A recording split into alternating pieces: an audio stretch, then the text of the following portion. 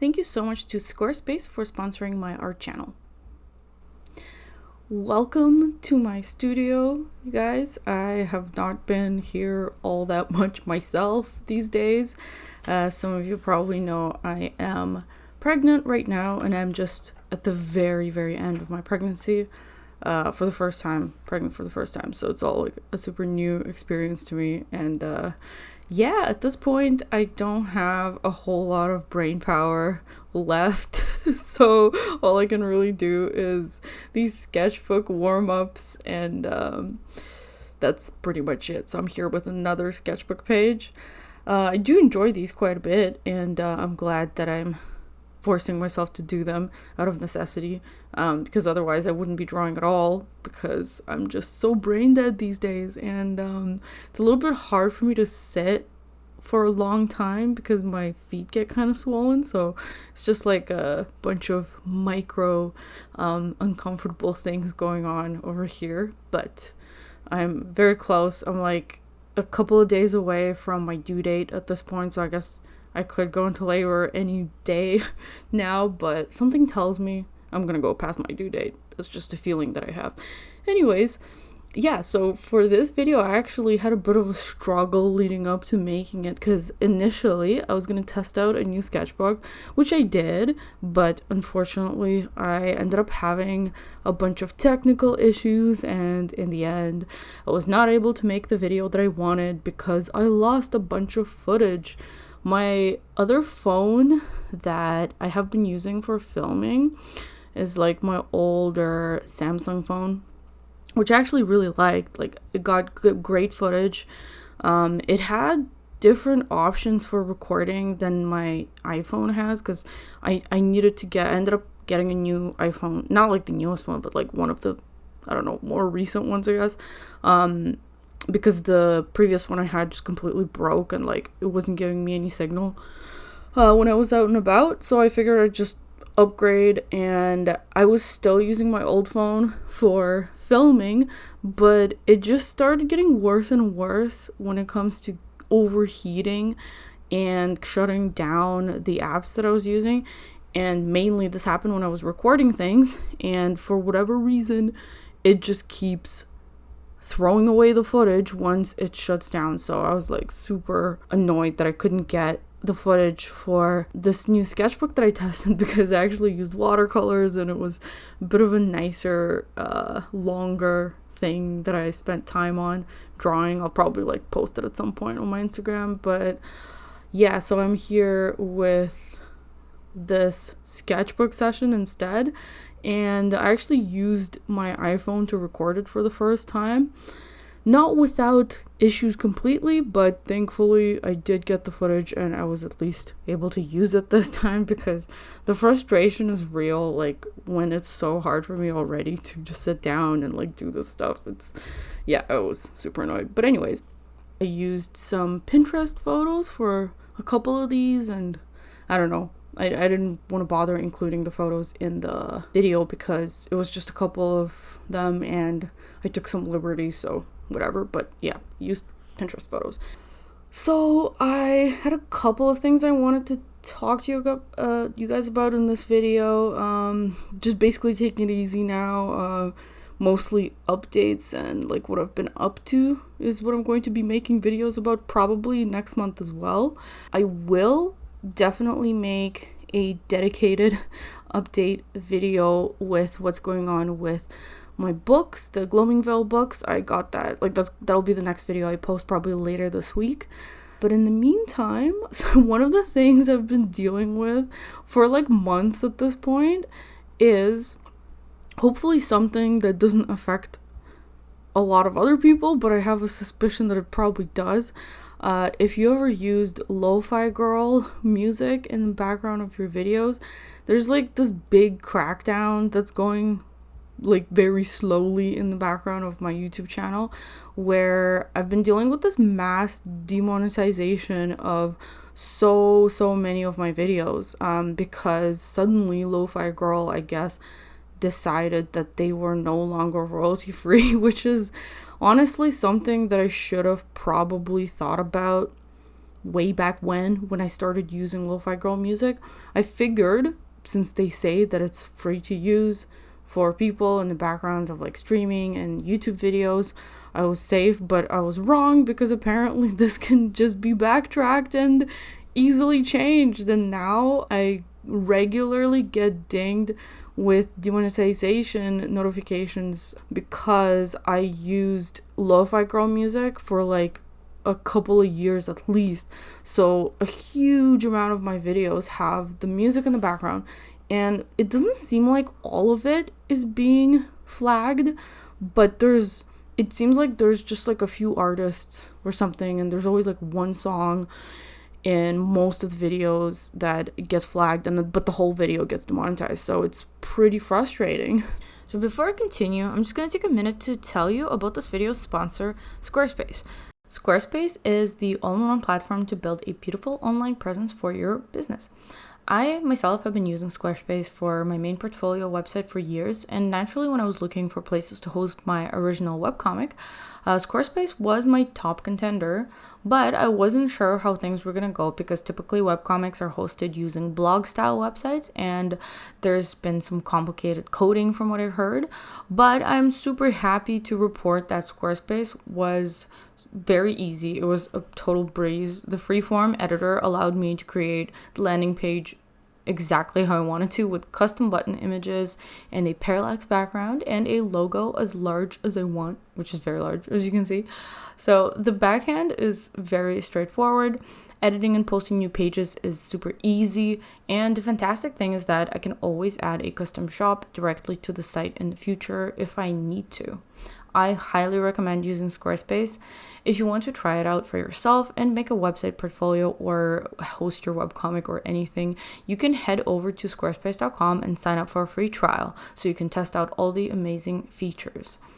Once you're ready to launch your website, you can go to squarespace.com/cosmicspectrumart for 10% off your first purchase of a website or a domain. That's squarespace.com/cosmicspectrumart for 10% off. Thankfully, once I went to investigate like what's going on with Lo-Fi Girl, I found out that they do have a submission form where you can ask them to review your stuff manually, and they can make exceptions. There's like a limit to the date of when, like it's probably like up to when they decided to change the rules and whatnot. And I did submit one of those claims with a bunch of videos a few months back, and it seemed like it did work for most of them. However, the thing that's really frustrating is that I think there's probably just like some bot system or like an AI or whatever that's been scraping videos, or I don't know, checking videos all over the place, I'm assuming, and so it's not like my entire channel was assessed and then all the videos were instantly demonetized, and I was able to submit all the claims to get them remonetized. It's more like it's been happening over the course of months and months, so I still have no idea how many videos will be flagged, and so it's really stupid and annoying because technically, like, I am probably losing some money. I mean, that's not really a huge concern because the monetization is super low anyways, but that's kind of besides the point. So I had to submit another claim. I did that like a few weeks ago and actually haven't heard back at all after that, and those videos are still demonetized, so it remains to be seen if you can even do it multiple times. Like, the whole thing has been pretty frustrating, I'm not gonna lie, because I just keep getting those emails of new videos being demonetized, and it's hard to keep track like of which ones I've already submitted a claim for and which ones I haven't. So there's been that happening. Hopefully it resolves itself eventually. So I'm really glad that at some point I just made the decision to just not use any background music, because whatever, it doesn't matter anyways. And at least I don't have to worry about most of my recent videos from at least this year, and probably a little bit earlier than that. Yeah, other than that, I have been recently thinking about AI and how it's been affecting the art community. And more specifically, there's this one thing that I've been thinking about that like is not something I want to really delve into huge detail about, but I've definitely noticed that there are artists popping up in my Instagram feed that are quite popular and specifically seem to be popular among other artists and other well-known artists that are these artists are popping up to me. It's really obvious that they use AI for reference, and they're predominantly like the ones that I'm talking about usually are traditional artists. So they have their traditional process, and you know, they post like photos and videos and of them painting and whatnot, and like I suppose that's what legitimizes it.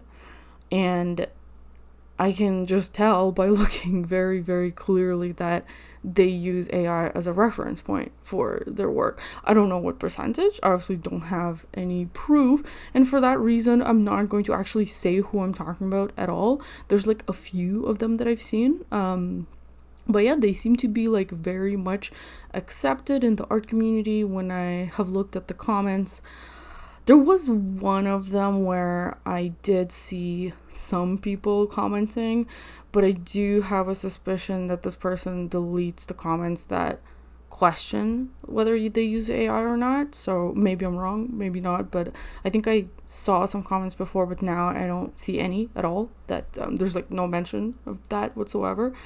And how I can usually tell, or at least why I'm like 100% convinced that I can tell, is because there's usually a bit of a pattern that is noticeable if you just like scroll through the whole account. So like for instance, there would be these people are usually very skilled already. Like they have a pretty high level of skill where they can they're like pretty well established in their style and what they've been doing, but then you can see that at some point there's like a stark level up, or like a difference between how they render. And especially to me, usually it's very obvious in the face. So like the face is what kind of gives it away to me, because faces are, it's a funny thing, like even though there are a lot of artists that have similar styles, and you can definitely categorize styles into a few different like baskets that people can fall under, and you can definitely see similarities between the way that people draw faces, there's always just enough deviation from one person to another where you can recognize that it is them and not somebody else who just has a similar style. And that's a personal touch.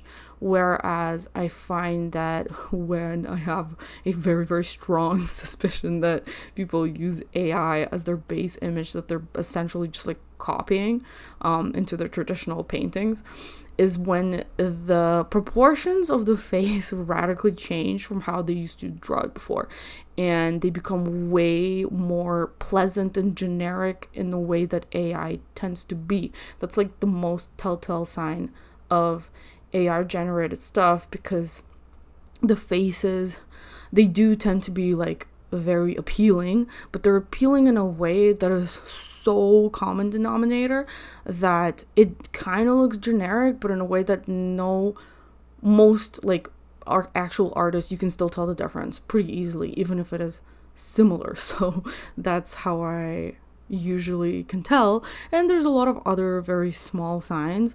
And one of the things that really blows my mind with this is that it's almost like people don't even understand how to use references. It's like, you know, I'm gonna say that my personal opinion as far as using AI in this way goes is that it's very cheap, and I would never do that.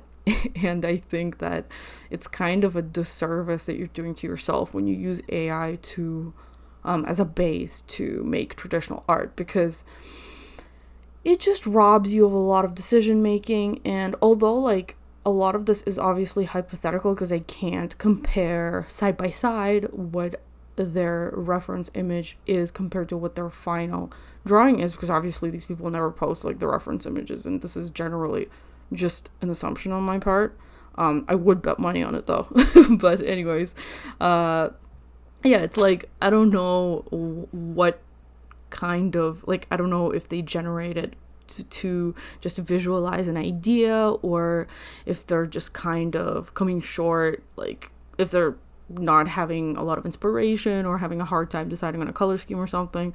Who knows, man? But I feel like it just robs you of the ability to even make decisions, because it's so easy to copy stuff when you have a basic skill level.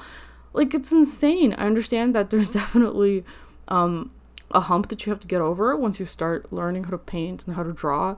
But once you get over that hump of fundamentals, like basic fundamentals, duplicating other art, like just straight up copying, is actually very, very easy.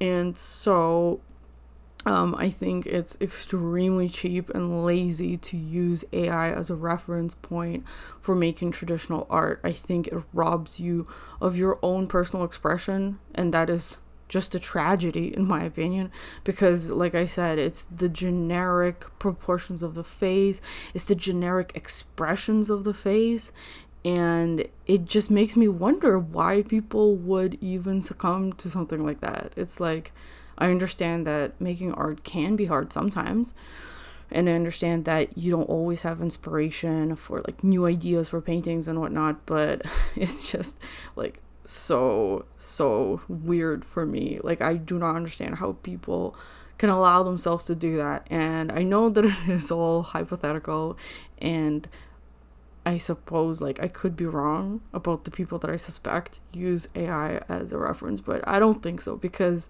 usually people don't have that much of a jump between their previous work, and like usually it's more of a gradual process for how somebody's style develops. And like, even if someone suddenly finds an artist that they just fall in love with, and they start like studying them and trying to and because they study them, obviously some of the stylistic choices will make their way into their own work. Even that is usually gradual, and it's not so clear cut as some of the examples that I've seen of people like just radically changing the way that they draw faces all of a sudden. And yeah, it's quite disappointing, to be honest. And one of the things that I find the most baffling about it is that, like I said, some of these artists that I'm talking about seem to be really flying under the radar, as in a lot of people that I follow also follow them and like their work, and nobody seems to be suspicious whatsoever. So I don't know if it's just me, but yeah, I would definitely bet money on it for sure.